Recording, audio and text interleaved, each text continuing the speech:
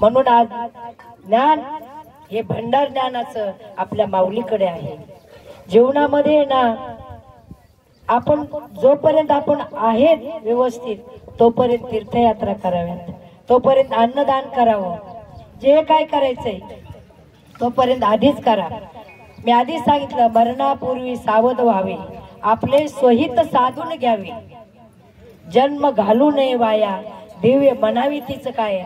हे शरीर हा देह हा जन्म पवित्र करायचा असेल तर सावध व्हायला पाहिजे लवकर. वेळ निघून गेलो सावध होण्यात काही उपयोग नाही. आता साधारणपणे अजून बी तेच चाललंय. ज्या वेळेला आपण घरातून रिटायर होतो ना त्यावेळेला आपण बाहेर पडतो, म्हणजे घरातल्याला नको असते ते देवाला योग्य असतील का? भांगार देवाला चालतं का? म्हणून आपण वेळेच्या आत सावध झालं पाहिजे. नसता काय होतं मेलेच्या नंतर करून काय उपयोग नाही. मग आपण मेलेच्या नंतर आपले मुलं पूर्ण गावाला पंगत देते आणि आपल्या हाडं काशीला नेते. तसा एक आपलं थोडक्यात मी दृष्टांत सांगते. मेल्यावर हाडं काशीला आणि जेवण मेसीला, काही फायदा आहे का? एक अशी श्रीमंत स्त्री होती, एवढी श्रीमंत होती, 100 एकर बागायती जमीन, 2-3 मुलं, खूप मोठ्या पदावर ऑफिसर असणारे. आणि कालांतराने तिचा म्हणजे अशी असायची ना, अध्यात्म परोपकार ते तिच्याकडे काहीच नव्हतं, अन्नदान तर कधीच नाही. तिच्या घराहून पक्षी आणि दाराहून भिकारी जायला घाबरत होता. मग ह्याच्यातच समजून घ्यायचं आपण ती काय असेल म्हणून. कालांतराने तिने या जगाचा निरोप घेतला. आता निरोप घेतल्याच्या नंतर मुलांनी विचार केला, आपल्या श्रीमंतीला शोभन असंच आपण दावा केला पाहिजे, असंच आपण अन्नदान केलं पाहिजे. आता यांनी त्या 13व्याला एवढं अन्नदानाची हे केली. प्रत्येक गावामध्ये चर्चा असायची, नको रे बाबा तिचं अन्न खायला, तिचा अन्नात खूप जीव होता, असल्याचं अन्न खायचं नाही. आणि त्यातली त्यात अशा माणसाच्या 13व्याचं आणि 10व्याचं, असं बी लोक 10व्याचं कोणी खाईना आजकाल. आणि इतकं हिचा जीव अन्नामध्ये, ती कधीच कोणाला बेकाऱ्याला कधी तिने सत्कूर भाकरी वाढलेली नाही. आणि तिच्या 13व्याचं आपण अन्न खायचं का? नाही खायचं म्हणे. कोणीच जेवायला आलं नाही. आता काय करायचं? मुलांनी विचार केला, तर आपण काय करू म्हणे, आईच्या अस्थी काशीला घेऊन जाऊ. एका मुलाने त्या अस्थी एका डब्यात भरल्या आणि काशीला निघला. तो काशीला निघल्याच्या नंतर त्याच रस्त्यावर एक मित्र होता त्याचा. त्याने मित्राला फोन केला, म्हणे अरे मी आईच्या अस्थी घेऊन काशीला चाललोय. तो मित्र बोलला, अरे मला असंही तुझ्या आईच्या कुठल्या कार्यक्रमाला येता आलं नाही. ठीक आहे म्हणे, आता तू काशीला चाललास तेवढं तर मला कार्यक्रम भेटू दे म्हणे, तू ये म्हणे माझ्याकडे आणि एक मुक्काम करू आपण, आणि मी तुझ्या बरोबर काशीला येतो म्हणे अस्थि विसर्जनाला. हा मित्र गेला, त्याच्या घरी मुक्काम केला. कसं असतं, हाडं सुद्धा काशीपर्यंत पोहोचणार नाही तुमचे, का तर तुम्ही त्याच्यामध्ये ज्या वेळेला चैतन्य होतं त्यावेळेला कधीच तुम्ही तीर्थावर गेला नाही, कधीच तुम्ही नामस्मरण केलं नाही, कधीच तुम्ही यात्रा केलं नाही. म्हणून यात्रा करायच्यात ना काशीला, नंतर हाडं नेऊच नका, काही उपयोग नाही.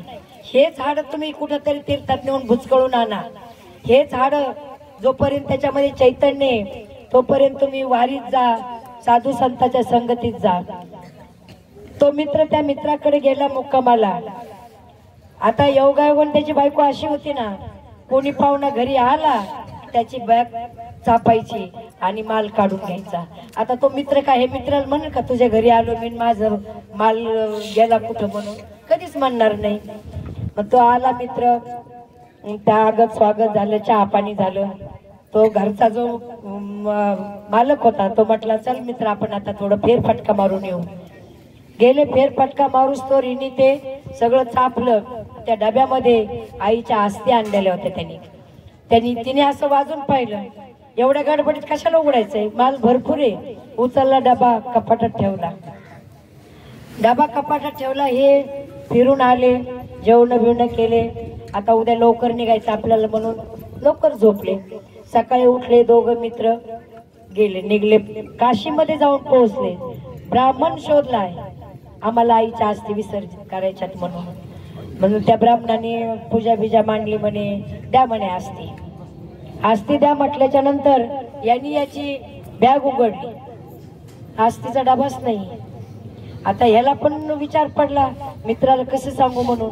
मग ते थोडा गोंधळल्यासारखं झाल्याच्या नंतर त्यांनी विचारलं म्हणे काय झालं म्हणे, का गोंधळला तो म्हणे अरे आईच्या अस्तीचा डबाच नाही बॅग मध्ये.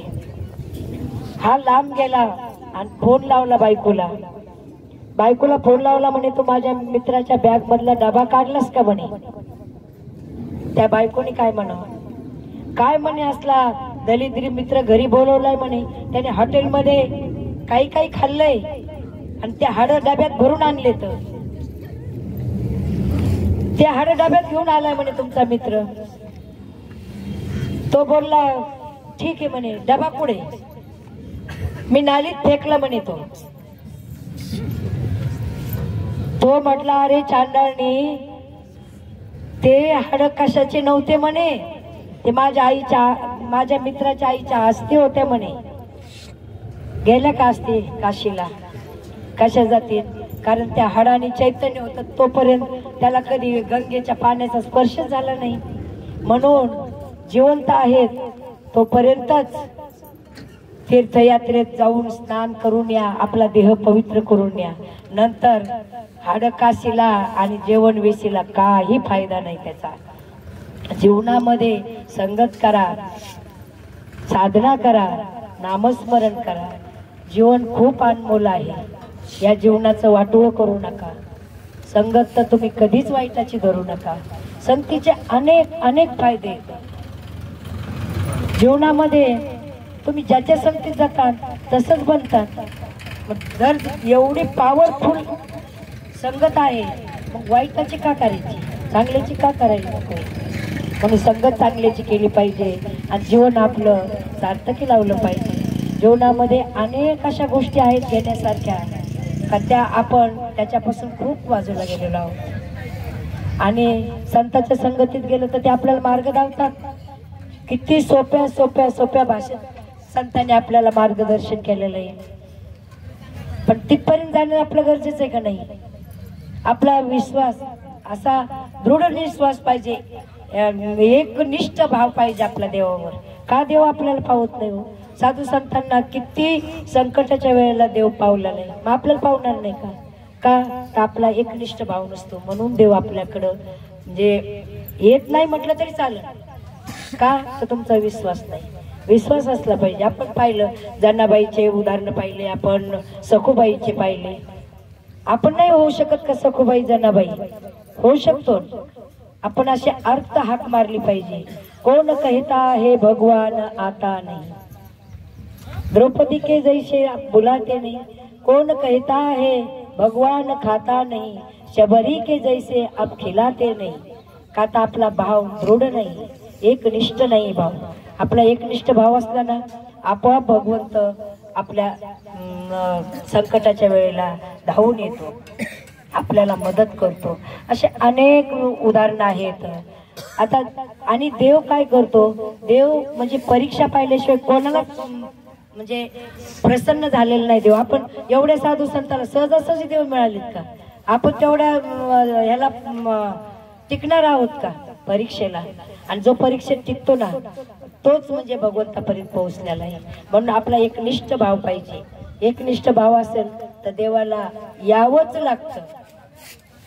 द्रौपदी करता का आला देव, आणि देव घेतल्याशिवाय कधीच देत नाही. आधी घेतो, घेसी तेव्हा देशी, ऐसा होशी तू उदार. आपण आपल्याला साधना भी करायची नाही, श्रद्धा भी ठेवायची नाही तर देव कसं काय येईल. ज्या वेळेला द्रौपदीला संकट पडलं तेव्हा देव स्वतः वस्त्र झाला का. त्याच्या आधीची एक घटना आहे.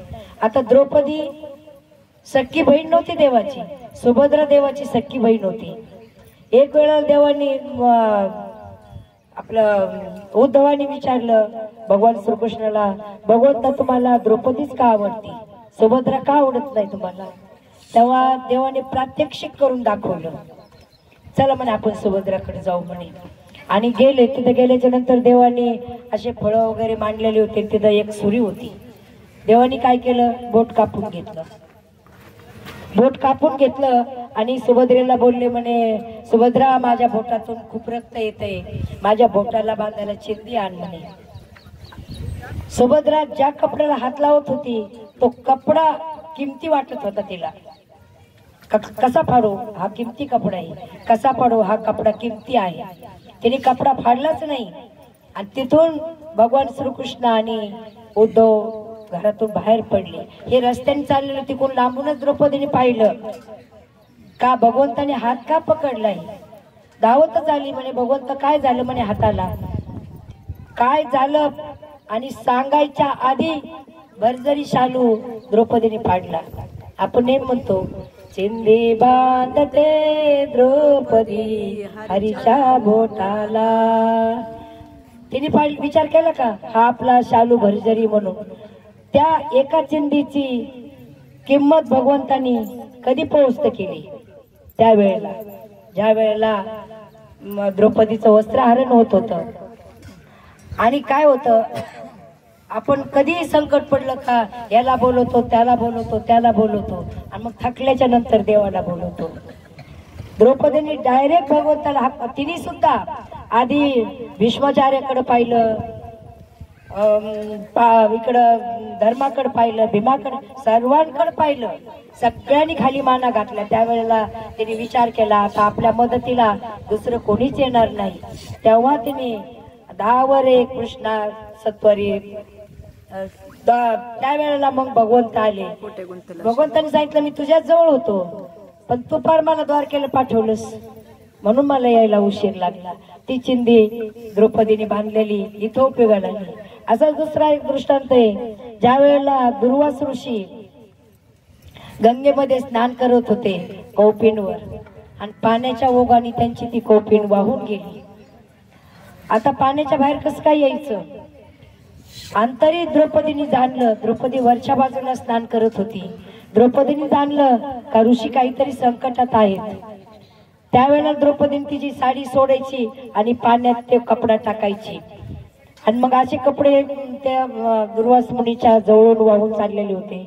आणि मग त्या दुर्वास ऋषीने ते कपडा घेतला आणि कौपिन तयार केली, पाण्याच्या बाहेर आले.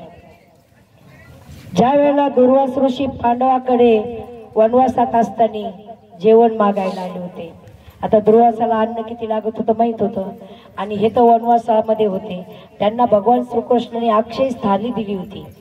ती थाळी ठराविक वेळेलाच तिच्यामध्ये नाना प्रकारचे पक्वान्न तयार व्हायचे. त्यांनी एकदा जेवण झालं, ती थाळी धुवून ठेवली का पुन्हा दुसऱ्या वेळेपर्यंत त्या थाळीत काहीच येत नव्हतं. आणि दुर्वास मुनी आले तर जेवण मागायला. आणि मग आता काय करायचं, वेळ तर ती नाहीये. मग त्यावेळेला द्रौपदी मातेने भगवंताचा धावा केला आणि भगवंत आले. भगवंत काय बोलले, द्रौपदी मला खूप भूक लागलेली म्हणे, मला जेवायला दे. तेव्हा द्रौपदीने सांगितलं मी कशा करता बोलवले भगवंता तुला, माझ्यावर खूप मोठं संकट पडलेलं आहे. दुर्वास मुनी स्नानाला गेलेले आहेत आणि ते जेवायला येणार आहेत. आम्ही इथं काय देणार आहे त्यांना जेवायला. ते म्हणे नाही, आधी तू मला जेव्हा काहीतरी देशील तेव्हाच मी त्या दुर्वासांच्या जेवणाची सोय करू शकतो. काहीच नाही म्हणे कृष्णा माझ्याकडे. ते म्हणे तू ताट धुवून ठेवलंस ना, ते बाहेर आण म्हणे.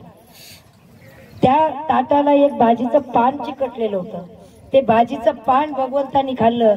ते इकडं भगवंतानी पान खाल्लं, तिकडे दुर्वास मुनी तृप्त झाले. हे कशाचा परिणाम आहे, एकनिष्ठ भाव पाहिजे.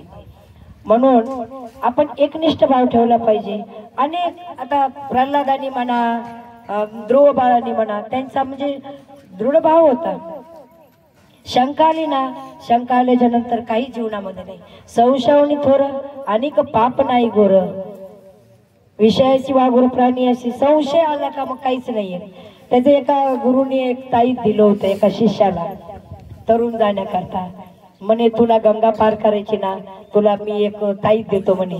त्या ताईताच्या जोरावर तो एवढा समुद्र पार करून जाशील. आणि तो समुद्रातून पाण्यातून चाललाय. तो म्हणे असं काय असं नाही ताईतामध्ये, असं काय असं. त्याला ते शंका काय, त्याला दमच खाऊ देईना. आणि म्हणे म्हणजे आपण एवढं जसं रस्त्याने चालतोय असं आपण या रस्त्यावर चाललोय, काय असं नाही ताईतामध्ये. त्याने ते ताईत खोललं आणि त्याच्यात काय होतं, फक्त राम राम. फाडलं ते कागद, त्याला पाण्यात टाकून. काय झालं असेल पुढं. संशय जीवनामध्ये खूप वाईट आहे, खूप वाईट आहे. आता आपण व्यवहारातलं संशयाचं एक छोटस म्हणजे उदाहरण सांगते मी. एक राजा होता आणि राजा शिकारीला गेला होता. राजा शिकारीला गेला, यायला खूप उशीर झाला त्याला. आणि त्याची मुलगी काय झालं, मुलींनी काय केलं, ते राजाचा कपडे घातले. मी आता माझ्या वडिलाला आल्यावर दाखवील मी राजाच्या वेशात कशी दिसते, मी राजाच्या वेशात कशी दिसते म्हणून. आणि तिने ते कपडे घातले. हा काय आलाच नाही लवकर. 20-21 वर्षाची मुलगी, तिने ते कपडे घातले. उशीर झाला राजाला यायला. आई झोपली, मुलगी झोपली. आता माफी मागून सांगते, ती मुलगी आणि आई एकमेकाला मिठी घालून मारून झोपलेले होते.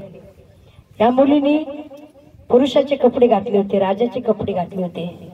तो राजा शिकार करून आला, त्याला शिकार मिळालेलीच नव्हती. आधीच तो तिकून टेन्शन मध्ये आलेला होता, शिकार मिळालेली नाही आपल्याला म्हणून.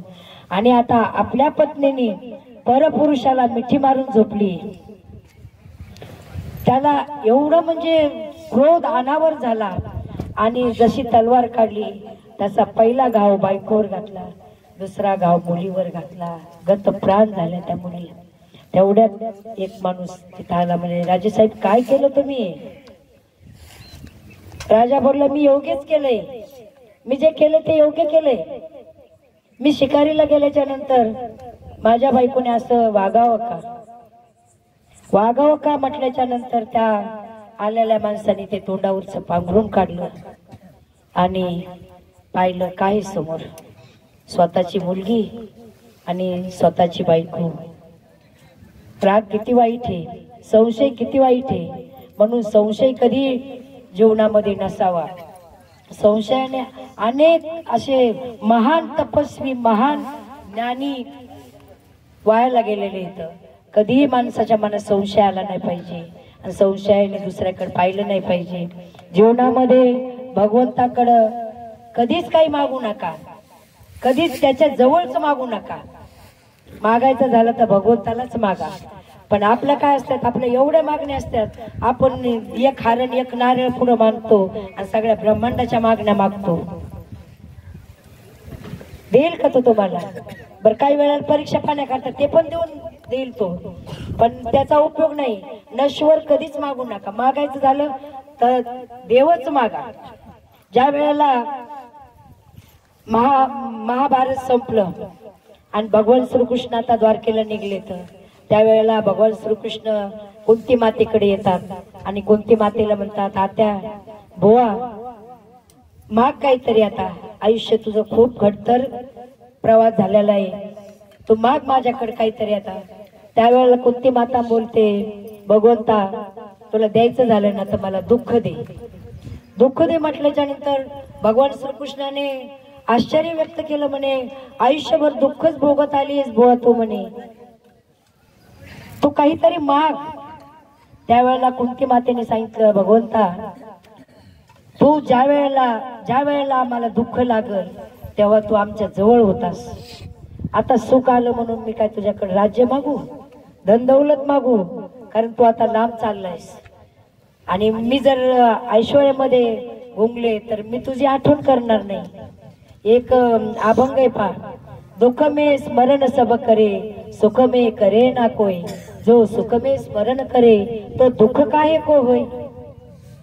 सुखात जर आपण भगवंताची साधना केली तर आपल्याला दुःखच लागणार नाही, पण आपल्याला सुखात देवाची आठवणच येत नाही. म्हणून द्रौपदी बोलली, मला सुख नकोय, दुःखातच तुझी आठवण येते, सुख नकोय. ठीक आहे म्हणे. मग ते युधिष्ठिराकडे गेले आणि त्यांना विचारलं, म्हणे धर्म आता तुला काय पाहिजे माग, म्हणे आता मी द्वारकेला चाललोय. धर्माने सांगितलं, कृष्णा आयुष्य माझं नीती न्यायानेच गेले, धर्मानेच वागलोय आणि शेवट माझा धर्मानेच झाला पाहिजे. द्यायचं झालं तर मला धर्मानेच वागवायची बुद्धी दे. तिथून भगवान श्रीकृष्ण अर्जुनाकडे गेले. अर्जुनाला बोलले, तुला काय देऊ? अर्जुन बोलले, भगवंता आयुष्यभर तू माझा सखा झालास, तू माझा सारथी झालास, तू माझा मित्र झालास, सतत तू आमच्या सानिध्यात राहिलास, एवढंच सानिध्य मला लाभावं, एवढंच मला तू दे. नंतर भीमाकडे गेले. भीमाला काय आवडत होतं? भीमाला खाणं आणि झोप एवढंच आवडत होतं, पण त्याच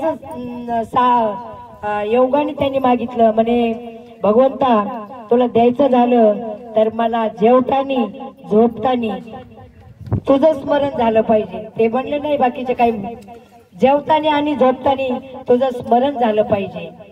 नंतर नकुल सहदेवाकडे गेले. नकुल सहदेव बोलले का आम्ही आमच्या ज्येष्ठ बंधूची सेवा ज्या वेळेला करतो, त्यांच्या सानिध्यात ज्या वेळेला असतो, तेव्हा माझ्या बंधूच्या सानिध्यात तुम्ही आम्हाला दिसला पाहिजे. काय झालं पाहिजे? त्यांच्या सानिध्यात तुम्ही आम्हाला दिसला पाहिजे, अशी तुमची संगत आम्हाला लाभो. नंतर सुभद्रेकडे गेले. सुभद्रेला विचारलं, सुभद्रा तुला काय देऊ मी? सुभद्रेने सांगितलं, माझी एकच इच्छा आहे भगवंता, ज्या वेळेला माझ्या ह्या देहातून श्वास बाहेर पडेल त्यावेळेला माझ्या मुखात नाम आलं पाहिजे आणि तू माझ्या दृष्टीसमोर दिसला पाहिजेस, एवढंच मला दे. मागायचं झालं देवाकडं तर देवच मागा, देवाजवळचं कधीही मागू नका. देवाजवळच आपण इथंच ठेवून जाणार आहेत आणि देव आपल्या बरोबर आपल्या श्वासापर्यंत राहणार आहे. म्हणून देवाजवळच मागा, देवाचंच मागा. आपण कधी पाहतो म्हणजे याच्याकडं एक साधा दृष्टांत पाहू आपण. एक